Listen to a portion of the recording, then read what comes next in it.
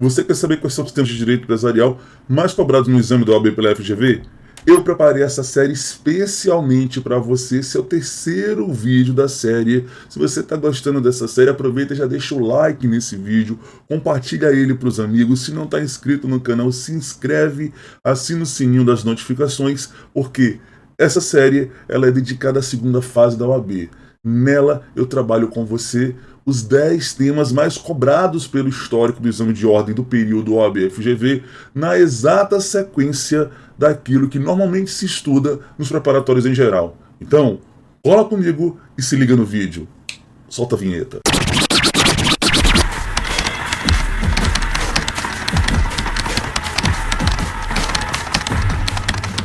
Fala galera, por aqui Giovanni Magalhães, o seu professor de Direito Empresarial. Bem-vindos ao meu canal, o canal que vai fazer você gostar ainda mais de Direito Empresarial. E se você não gosta, eu vou tirar o teu trauma, sabe por quê?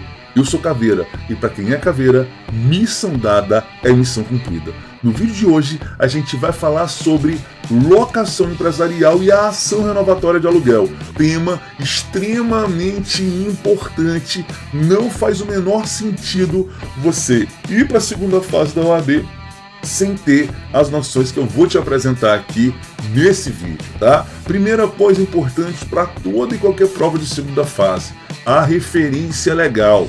Onde que você vai fundamentar, seja a sua questão sobre locação, seja as suas peças processuais relacionadas à locação empresarial. Onde? Aí no slide, artigos 51 a 57 e artigos 71 a 75 da Lei 8245 de 91, a atual Lei de Locações no Brasil. Então, logo de cara, você precisa separar esses artigos aí. Está se preparando para a segunda fase? Então, bota de lado aí seu vadimeco para você ir me acompanhando nessa videoaula, valeu? Essa é a terceira videoaula dessa série. Se você não acompanhou as demais, lá nos cards, lá em cima, você vai ter aí os outros vídeos, tá? E vamos comigo, porque o meu objetivo é facilitar direito empresarial para você. Dá para você estudar direito empresarial de modo facilitado, porém em nível top, para poder passar, seja na prova da OAB, seja no seu concurso público, seja também aplicar isso na prática na sua advocacia. Fechado? Bom, visto o fundamento legal, outra questão importante se refere justamente aqui ao chamado direito de inerência ao ponto. Meu caro, minha cara, você sabe o que é isso? O direito de inerência ao ponto? Sabe não? Vou conceituar aqui para você agora. Tome nota que esse conceito é importantíssimo para a sua prova. O direito de inerência ao ponto é o direito que o empresário locatário tem de continuar a explorar economicamente o imóvel objeto da locação, ainda que contrariamente à vontade do locador, podendo, para tanto, buscar a renovação judicial da locação imobiliária. Tranquilo? Então, cara, qual é a ideia aqui? A ideia aqui é exatamente a seguinte: o empresário ele pode vir a se estabelecer de duas formas distintas. Ou ele pode criar o seu estabelecimento em um imóvel de sua propriedade, e aqui isso não vai interessar para o direito empresarial, não vai interessar para a segunda fase da OAB empresarial, mas sim para a segunda fase da OAB civil, porque a tutela jurídica do estabelecimento, quando o imóvel de propriedade do empresário está lá no direito civil. Aqui no direito empresarial vai interessar o quê? Vai interessar a tutela do estabelecimento quando o empresário se estabelece a partir de um imóvel que lhe é cedido através da locação. É para isso que a Lei de Locações, a partir do seu artigo 51, estabelece os pressupostos para que o locatário de uma locação não residencial, de uma locação empresarial, de uma locação para o exercício de atividade econômica, possa exercê-lo. Atenção, isso é importante, hein? Se você é locatário de um imóvel residencial, você jamais terá esse direito que a gente vai falar aqui. Esse direito é exclusivo para os locatários de imóveis com finalidades não residenciais, com finalidades produtivas para o exercício de atividade econômica. Bom, se a gente pegar o artigo 51 da Lei de Locações, nós vamos perceber o quê? Que existem 3 pressupostos que precisam serem atendidos cumulativamente para que o empresário locatário possa ter direito a renovatória. Se ele não atender todos, então ele não terá direito à renovatória de locação. Beleza? Bom, primeiro requisito é o chamado requisito formal. A gente precisa o quê? A gente precisa que a locação seja contratada de maneira expressa, instrumentalizada, portanto, em papel. Ou seja, meus amigos, se a gente parar para ver, se a locação ela se der de maneira oral, de maneira verbal, o locatário ele jamais terá o chamado direito de inerência ao ponto. Precisa que a locação se dê de maneira expressa. E mais, hein? Além da contratação se dar de maneira escrita, as renovações, as sucessivas renovações e prorrogações também devem se dar de maneira expressa. Como assim? Repare, em todo e qualquer contrato de locação que se preze, vai ter lá a cláusula de vigência do contrato. Se esse contrato ele é por prazo indeterminado, se ele é por prazo determinado e qual é o prazo. Normalmente, quando o contrato ele é por prazo determinado, a gente vai ter na cláusula um parágrafo único que vai te dizer mais ou menos assim, que extrapolado o prazo, que fim do prazo, encerrado o prazo previsto no caput, se nenhuma das partes manifestar oposição, o presente contrato se considerará prorrogado, tornando-se agora um contrato por prazo indeterminado. Veja que essa cláusula de renovação ela está expressa no contrato de locação. Porém, se você fizer uso dela, você não poderá falar que a sua renovação foi expressa. A sua renovação se deu de maneira tácita. A renovação expressa é aquela renovação feita sob a forma de aditivo. Valeu? Volta para a tela. Então, primeiro requisito é esse, requisito formal. Contratos aí com prazos determinados, com renovações expressas. Segundo requisito, requisito temporal. Nós precisaríamos, pelo menos, conforme nos diz o artigo 51, inciso 2, pelo menos de 5 anos estabelecidos no contrato. 5 anos. Pode ser um contrato só de 5, pode ser um contrato de 3, uma renovação de 2, pode ser um contrato de 2, uma renovação de 3, podem ser 5 contratos em sequência de 1 ano cada um. O fato é que a gente precisa ter no papel 5 anos de contrato. A lei, meus amigos, é bom que se diga, fala que esse prazo ele é para ser ininterrupto. Porém, a jurisprudência do STJ relativizou essa questão, estabelecendo a chamada doutrina da accessio temporis. Ou seja, pequenos lapsos temporais entre o contrato e a sua renovação, lapsos temporais esses que podem ser de alguns dias, de algumas semanas, ou até mesmo de alguns meses, a depender da envergadura econômica do contrato, não macularão o direito de inerência ao ponto.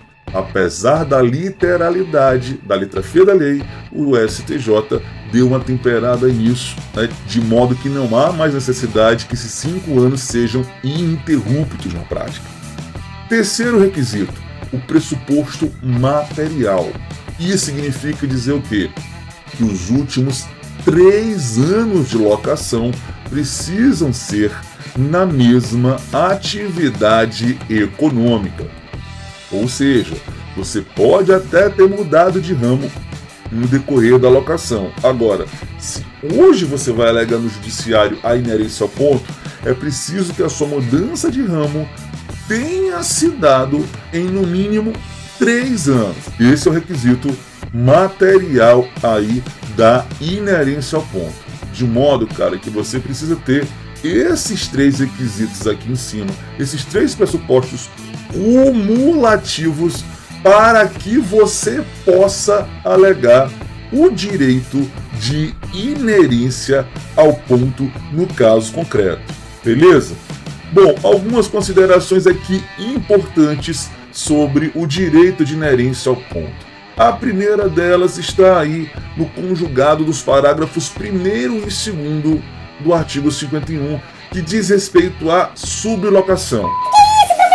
A sublocação é aquela locação oriunda de uma locação anterior. Ou seja, se eu sou proprietário do imóvel, alugo o imóvel para você, eu sou o locador, você é o locatário. Se você repassa essa locação para terceira pessoa, vamos imaginar que isso já está negociado entre nós essa possibilidade de você passar a locação para frente. Você será o sublocador, essa terceira pessoa que se manterá então, depois da sublocação na posse do imóvel, o sublocatário. Beleza? Então, cara, é importante que você perceba que a sublocação é o contrato de locação oriundo de uma locação anterior. Se liga, essa sublocação ela pode ser total ou parcial. Qual é a relevância disso? A relevância disso é a seguinte: se houver sublocação parcial, tanto o sublocador, que é o locatário, quanto o sublocatário, que está no imóvel naquele momento, vai poder alegar cada qual, na defesa da sua posse, o direito de inerência ao ponto. Já na sublocação total ou integral do imóvel, não. Esse direito é reservado especificamente ao sublocatário. E aqui o óbvio, né? Sublocação parcial é aquela situação em que você pode dividir o imóvel juridicamente e transferir apenas uma parcela dele. Na sublocação integral ou total, você transfere o imóvel como um todo. Beleza? Isso que eu estou te dizendo está no parágrafo 1º do artigo 51. O parágrafo 2º, por sua vez, vai tratar de quê? O parágrafo 2º ele vai tratar daquilo que eu, Giovanni Magalhães, chamo sublocação de fato. E que é isso? A ideia aqui é a seguinte: imagina que eu e você constituamos entre nós uma sociedade empresária. E aí eu, Giovanni Magalhães, em nome pessoal, vou buscar um imóvel para alugar em meu nome. Portanto, sou eu que estarei na condição de locatário, só que essa locação que eu estou fazendo é para nossa sociedade vir a explorar. Tá? Neste caso, como eu sou a parte do contrato, eu posso exercer o direito de inerência ao ponto. Só que como a sociedade, a pessoa jurídica constituída entre nós, é quem estará explorando de fato aquele imóvel, a lei também reserva à sociedade, nesse caso, a legitimidade para ir ao judiciário pleitear a sua inerência ao ponto. Beleza? Já os parágrafos 3º e 4º vão tratar aí da aplicação da teoria da empresa nas locações. Meus amigos, vejam bem, o parágrafo 3º ele vai tratar para nós aí justamente do fenômeno da dissolução parcial da sociedade, né? O direito da dissolução parcial da sociedade. Imagina, o parágrafo 3º ele vai tratar aí da dissolução da sociedade em razão do falecimento, da morte de um dos sócios. Como a gente sabe, a morte dos sócios é um dos casos que pode levar aí, em tese, à dissolução da sociedade. Por quê? A regra geral no direito brasileiro é que a gente precisa de pelo menos 2 pessoas, 2 sócios, para constituir qualquer sociedade. Porém, nos diz a lei, aí no parágrafo 3º, que se a sociedade se dissolver e o sócio remanescente continuar o exercício da atividade econômica no mesmo ramo, esse sócio remanescente sobrevivente, ele herdará, por assim dizer, passará para ele o direito de inerência ao ponto. Era da sociedade e foi transferido, portanto, para ele. Tá? Já o parágrafo 4º vai nos mostrar o quê?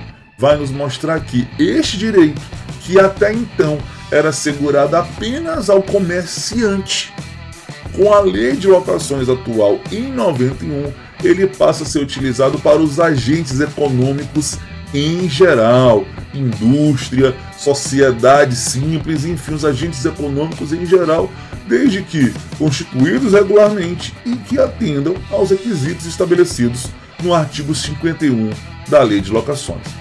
O parágrafo 5º, por sua vez, ele vai nos dar o prazo para o exercício desse direito, né, que vai ser implementado na prática, que deverá ser exercido através do ajuizamento de uma ação denominada ação renovatória de aluguel. Meus caros, minhas caras, se vocês examinarem aí, vocês perceberão que o texto desse parágrafo 5º é horrível. ele não é inteligível de maneira fácil. O que eu quero lhe dizer? Como é que você faz para entender esse parágrafo quinto? Primeiro, você precisa se ligar que se trata de um prazo decadencial. Prazo, portanto, que não se suspende, prazo, portanto, que não interrompe. Perdeu esse prazo, já era. Perdeu, pelo menos temporariamente, o direito de inerência ao ponto. Show de bola? Então, como é que é esse prazo? Esse prazo é o penúltimo semestre do contrato em vigor. A lei fala um negócio de 12 meses no máximo, para 6 meses no mínimo. Você ali, na noia, na neura, na preocupação com a prova, pode se embananar, entenda dessa forma. Prazo que você tem para entrar com a ação renovatória de aluguel, parágrafo 5º. O penúltimo semestre do contrato em vigor. Então repara, se é um contrato de 5 anos, você vai ter o primeiro semestre do 5º ano de contrato para poder ajuizar a ação renovatória de aluguel, beleza? Cara, uma coisa importante aqui para você, repare, a jurisprudência do STJ nos mostra uma situação interessante que pode vir a ser levada para sua prova. O quê? Sucessão de contratos. 2 casos. Imagina o seguinte, primeiro caso, eu estou diante de um contrato que foi firmado inicialmente por prazo determinado e na sua prorrogação ele se prorroga por prazo indeterminado. E na vigência do contrato de prazo determinado, o locatário vai ao judiciário. Nesse caso, ele não tem direito de inerência ao ponto.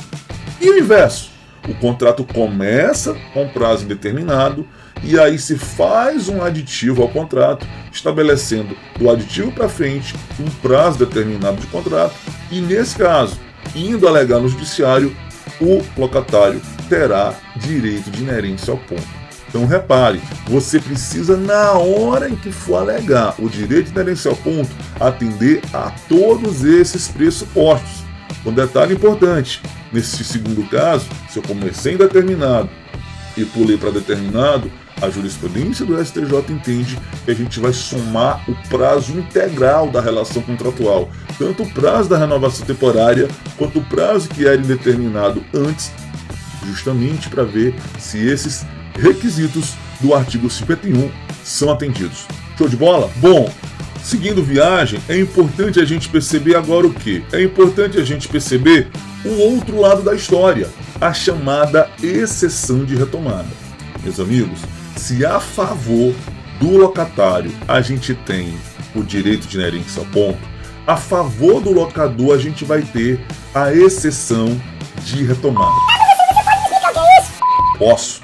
A exceção de retomada se refere ao conjunto de argumentos que o locador poderá trazer no âmbito da contestação para tentar fazer com que a ação renovatória de aluguel seja julgada improcedente e o locatário, portanto, seja obrigado a devolver, a fazer a devolução do imóvel para o locador, o proprietário. Tranquilo? A gente percebe então aqui muito claramente um inegável conflito de interesses entre o locador e o locatário. Por regra geral, em homenagem à teoria da empresa, prevalece entre esse conflito, em regra, o interesse do locatário. Por isso é que, regra geral, a inerência ao ponto vai estar valendo, regra geral, o locatário vai conseguir fazer a renovação. Sabe o que é isso, cara? É bem aquele ditado, você já ouviu falar? Daqui não saio, daqui ninguém me tira. Daqui não saio, daqui ninguém me tira. Daqui não saio, daqui ninguém me tira. Quem fala esse ditado popular é o locatário de uma locação empresarial que não é obrigado a se retirar na regra geral. Porém, há determinadas situações polidas aonde? Artigo 52, em interpretação conjugada com o artigo 72, incisos 2 e 3 da Lei de Locações, em que, nestes casos, expressa, restrita e taxativamente, a razão será dada ao locador. Vale dizer, locador sendo citado, se na contestação ele alega e prova um desses argumentos, então ele conseguirá a improcedência do pedido com o juiz determinando o prazo para a desocupação do imóvel, sob pena de despejo. Beleza? Quais são os argumentos? Primeiro aí, Reformas no imóvel por determinação do poder público. O poder público muitas vezes pode obrigar que o particular, que o proprietário do imóvel faça reformas para que aquele imóvel fique adequado ao chamado Código de Obras e Posturas, uma legislação que todo e qualquer município minimamente organizado do ponto de vista institucional vai ter. Então, se você constrói determinado imóvel em desacordo com essas normas, em desacordo com a legislação como o Estatuto da Cidade, você então está passível de ser fiscalizado e, se for poder público determinar, você ser obrigado a fazer essa reforma. Então, esse é um argumento que você pode trazer. Outro argumento, reforma de interesse do locador para agregar valor ao imóvel. Você imagina que você tem lá um determinado imóvel, vamos imaginar um centro comercial construído na horizontal, com várias unidades separadas, e você quer fazer um segundo andar para valorizar ali, para agregar valor, para conseguir novas lojas. Esse seria um segundo argumento. Terceiro argumento, insuficiência da proposta de aluguel na ação renovatória. Como você sabe, ou vai saber quando estudar a ação renovatória de aluguel, você vai ver o quê? Que um dos requisitos para a petição inicial da ação renovatória de aluguel é justamente você trazer na petição inicial qual é o valor do novo aluguel que você pretende pagar caso a ação seja julgada procedente. Ofertado esse valor, se no contexto do processo for provado que o seu valor é insuficiente, em procedência do pedido, que você não pode confundir com melhor proposta de terceiros. Uma coisa é o valor que eu, locatário, dei ser insuficiente. Outra coisa é você, locador, mostrar que na época de negociação apareceu uma terceira pessoa com uma proposta muito melhor do que a minha. Tá? Não confunda insuficiência com melhor proposta de terceiros. Quinto caso é o trespasse, a transferência de estabelecimento de sociedade da qual o locador seja sócio ou de parente do locador, desde que essa sociedade ou esse parente já esteja funcionando há mais de um ano em determinado local, em outro local, pagando nesse outro local muitas vezes um aluguel. É clássico até o exemplo de provas anteriores. Imagine agora comigo o seguinte caso que eu costumo levar para as minhas aulas presenciais. Imagina que você é locador de um imóvel, imagina que você é o locador de um imóvel, eu sou o locatário. Tenho todos os direitos, tenho todos os pressupostos ali, cuja lei vai me assegurar, portanto, o direito de inerência ao ponto. Tento renegociar isso formalmente com você, não consigo. Vou ao judiciário alegando e provando todos os pressupostos, você vem na contestação e diz: excelência, não quero renovar porque eu preciso do imóvel para poder instalar o consultório dentário da minha filha, que vai se formar em odontologia no final do ano. Numa situação como essa, não caberia o juiz dar pela improcedência do pedido. Ele deveria dar pela procedência e fazer na renovação. Por quê? Olha qual é o argumento que você vai ter. O argumento que você vai ter é a transferência para parente que já esteja funcionando há mais de um ano. Neste caso que eu costumo levar pro meu curso, nesse caso, costumo sempre levar para discussão no meu curso de segunda fase, a menina ainda vai se formar no final do ano e quem garante que ela se forma, não é mesmo? Então, repare, precisa já estar atuando há mais de um ano em outro canto, pagando locação para que o locador possa apresentar esse argumento aqui previsto no item E. Beleza? O último argumento é o uso próprio.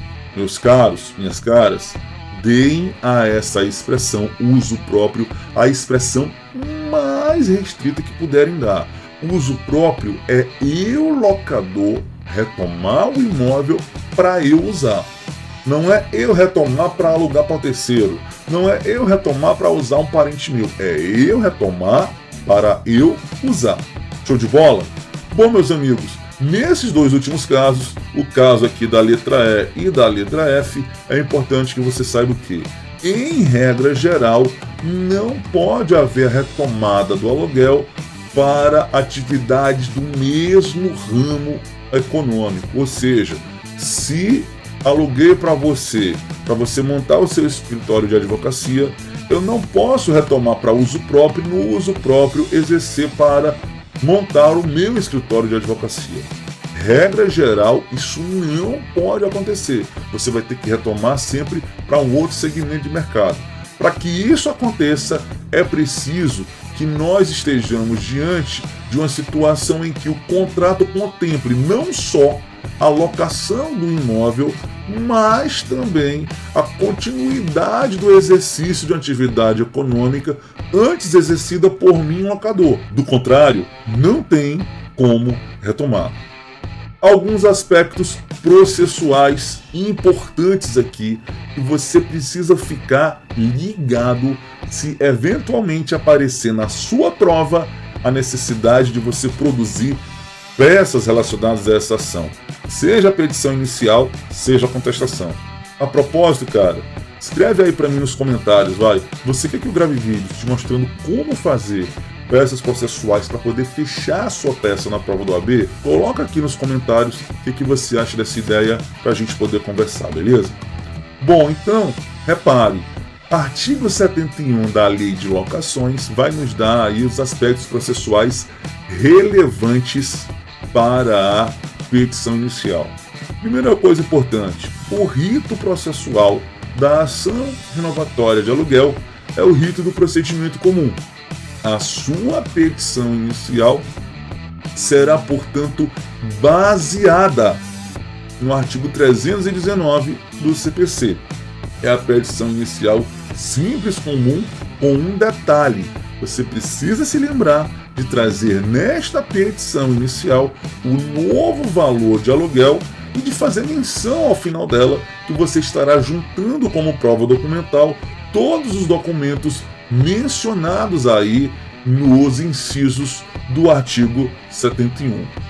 Mas detalhe, hein? Não inventa, cara, o valor do aluguel. Se não está mencionado lá qual é o valor do aluguel, você vai colocar, já dando essa dica para você, o novo valor de aluguel é tracinho, tá? Ou então seguir a informação que eventualmente a questão traga.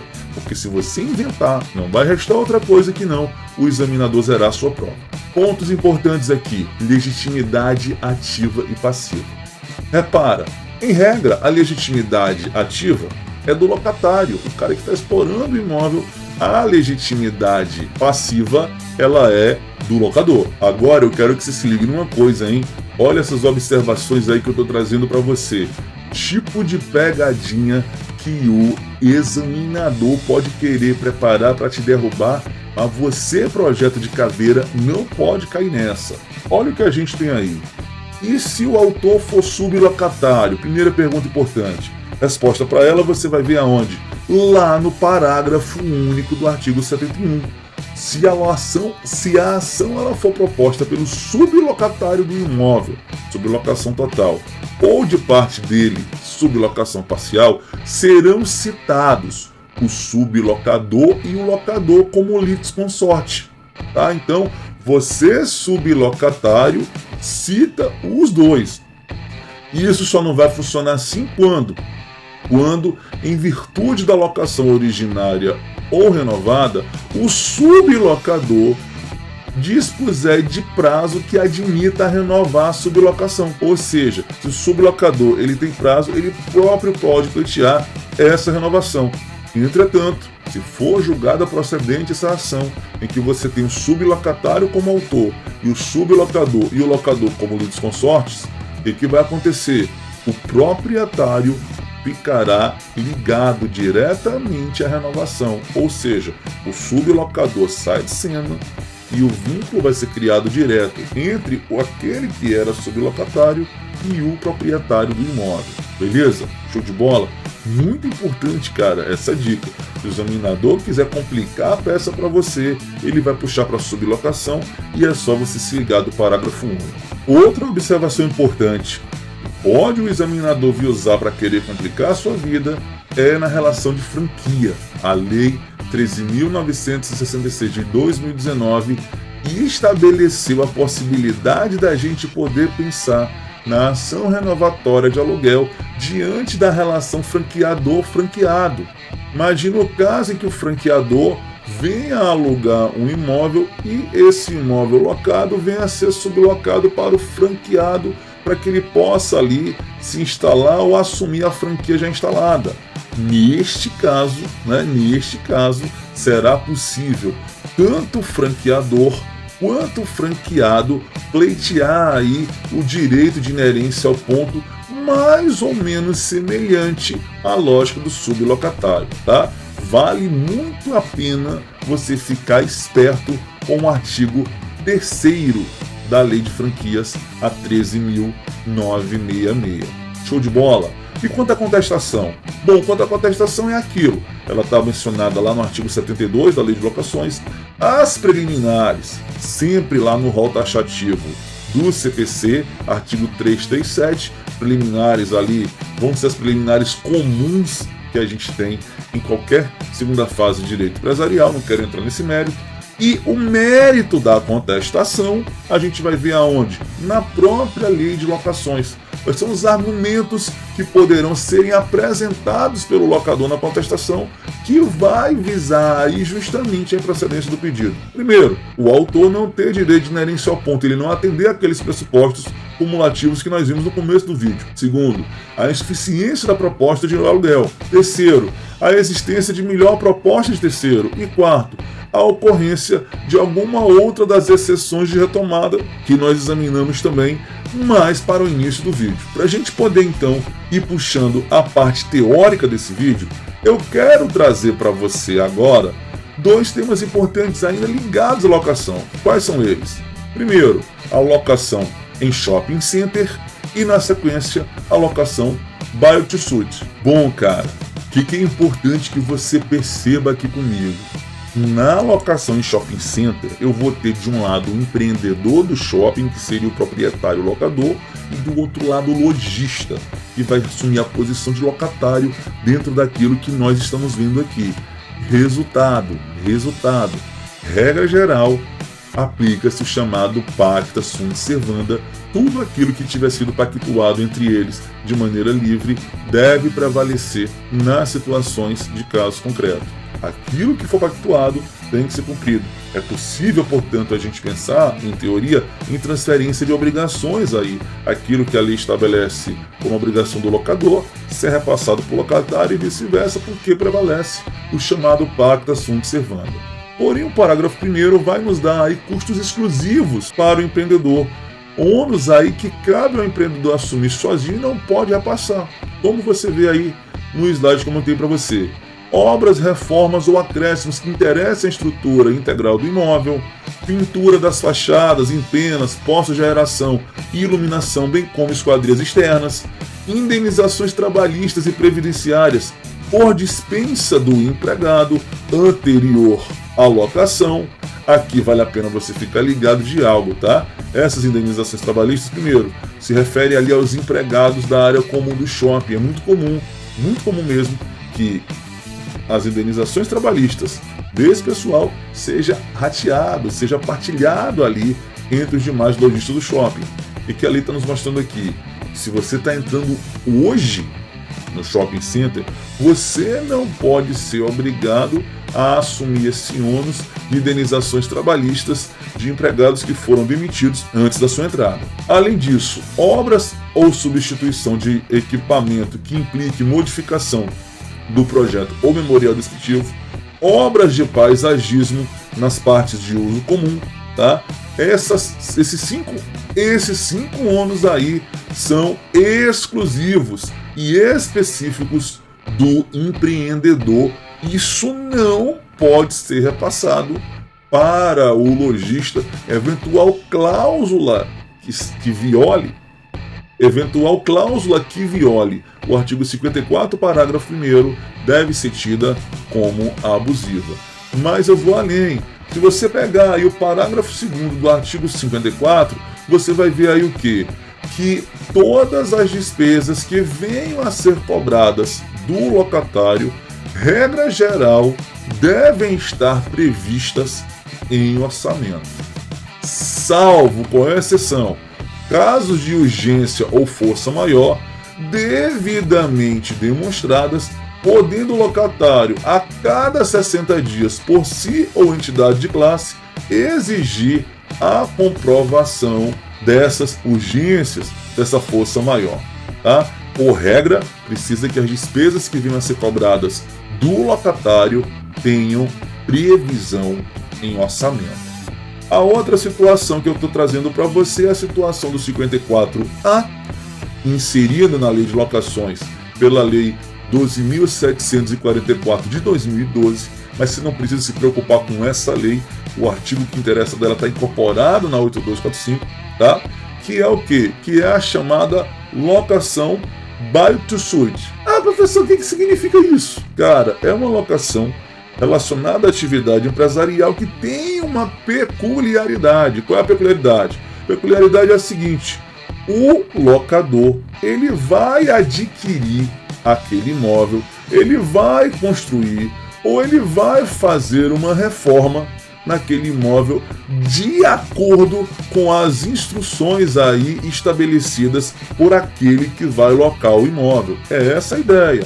Na locação não residencial de imóvel urbano, na qual o locador procede à prévia aquisição, construção ou substancial reforma, seja por ele mesmo ou por terceiro, do imóvel então especificado pelo pretendente, que é o locatário ou locação, a fim de que esse seja locado por prazo determinado, também vai ocorrer aí o pacta sunt servanda. A ideia, portanto, é essa.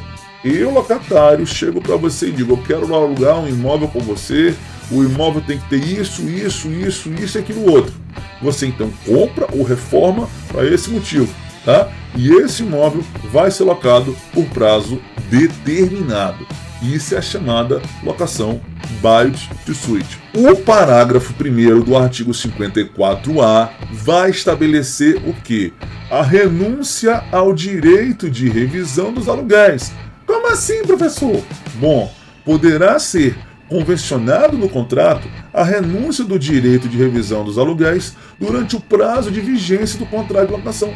Possível, portanto, que você insira uma cláusula no contrato dizendo que nesse período a locação, o valor locatício, não poderá ser renovado. Por sua vez, vem o parágrafo 2º e estabelece o quê? A denúncia antecipada do vínculo pelo locatário. Como assim, professor? Imagina, um contrato celebrado aí pelo prazo de 5 anos, já para ir garantindo logo no primeiro contrato, né, o direito de inerência ao ponto. Só que o locatário, ele resolve devolver esse imóvel com 2 anos de contrato, por exemplo, antes de fim do prazo. É possível isso? Sim, é possível isso. Tá? A ideia é que ele cumpra o contrato, mas é possível ele entregar antes. Para tanto, ele vai assumir como ônus aí uma cláusula penal, uma multa que será estabelecida no contrato. Porém, essa multa ela não pode superar a soma dos valores dos aluguéis que o locador tem a receber até o final do contrato. E que tal agora a gente resolver uma questão do histórico do exame de ordem? Vamos nessa? Vem comigo então. Bom, eu estou trazendo para você então questão do 26º exame unificado. Vamos ler comigo? Vidraçaria Concórdia do Pará S.A. celebrou contrato de locação não residencial de imóvel urbano com Odivelas Locação, Venda e Incorporação de Imóveis S.A.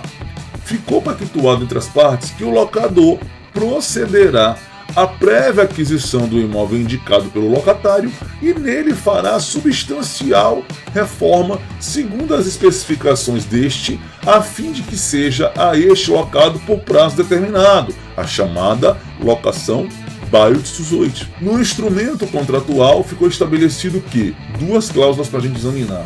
Primeira, o locatário renuncia em caráter irrevogável e irretratável à revisão do valor dos aluguéis durante o prazo de vigência do contrato de locação. Segunda cláusula para a gente examinar. Em caso de denúncia pelo locatário antes do encerramento do presente contrato, esse se compromete a pagar a multa convencionada na cláusula 25ª, que corresponderá à soma dos valores dos aluguéis a receber até o encerramento do contrato, acrescida de 15%. Vamos ver agora o que a questão está querendo. Sobre o caso apresentado, respondo os itens a seguir.